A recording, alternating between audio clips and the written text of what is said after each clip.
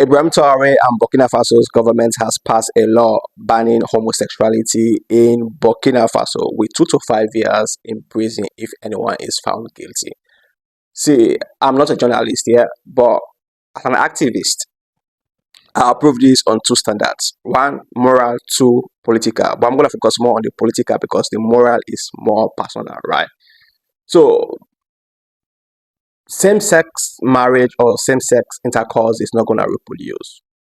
And of course, Burkina Faso need the population for the future, right? Because let's even start with the AES. AES is a military alliance, right? And of course, in the future, they're gonna need more young people to join the army. So if Burkina Faso starts practicing now homosexuality, it's gonna affect the future population, right? Because we're even seeing countries like China now trying to pay their citizens if they give birth, right? Because they have realized that in the next 50 years or the next 30 years, if they don't grow their population, their youth population is going to decline drastically, right? So they need the population, and of course, they're also like building their army. That is just one.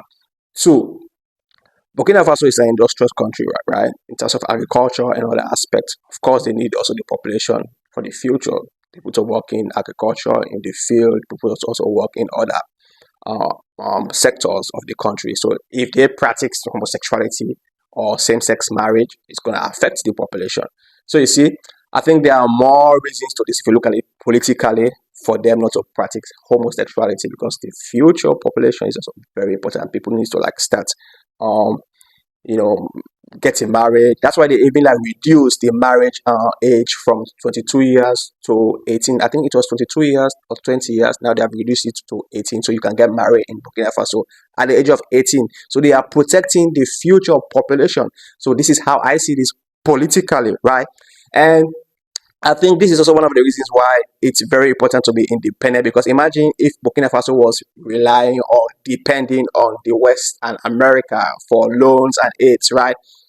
They're gonna threaten them and say, "Oh, we're gonna cut loans ties with you because of passing this kind of like bill." Because we already know Ghana, right? Ghana also has been on this bill for almost 2 years or more than 2 years now because America is threatening them not to pass this family value bill, right? Because it's under the family value bill. So I think it's very important for Africa countries to start thinking about independence so they can run their affairs according to their own standards, according to their own political view, according to their own moral views, right?